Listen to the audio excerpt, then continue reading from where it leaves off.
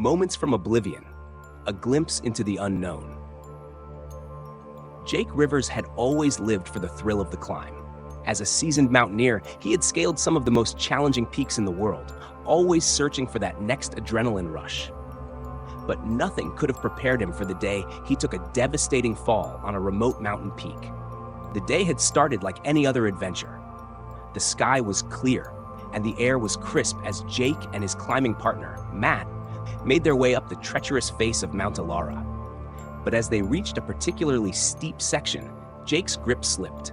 For a split second, he hung in the air, his fingers scraping against the rock, and then he was falling. The jagged rocks below rushed up to meet him, and everything went black. When Jake opened his eyes, he was no longer on the mountain.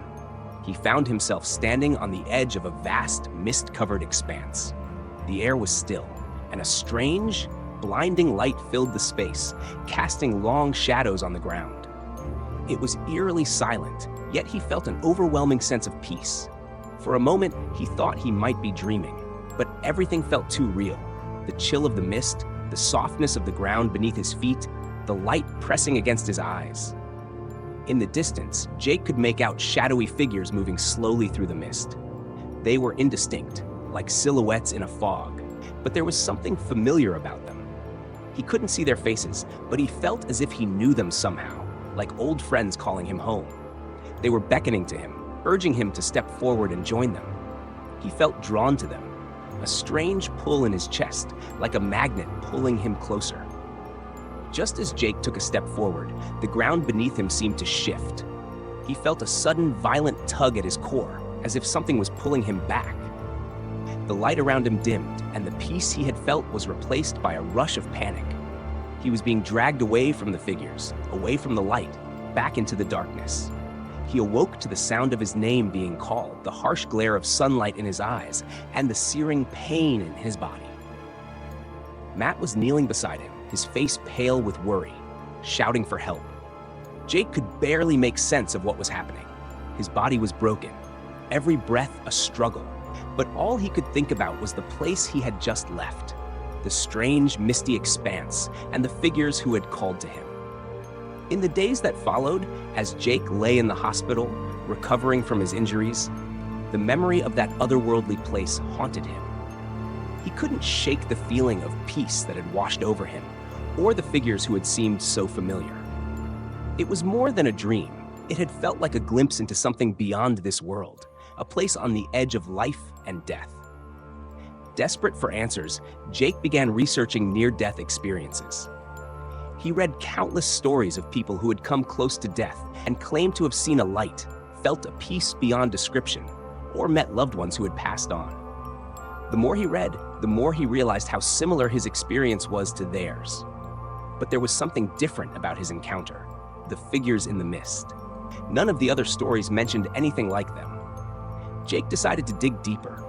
He reached out to others who had had similar experiences, hoping to find someone who had seen what he had seen.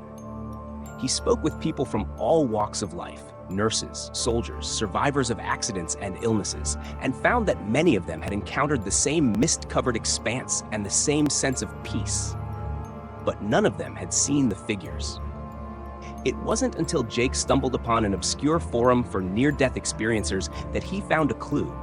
One user, a man named Harold, described seeing shadowy figures in a place of light and mist.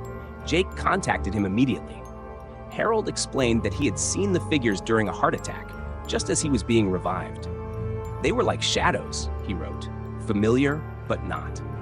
They seemed to be waiting for something or someone. Harold's words sent a chill down Jake's spine. The similarities were too strong to be coincidence.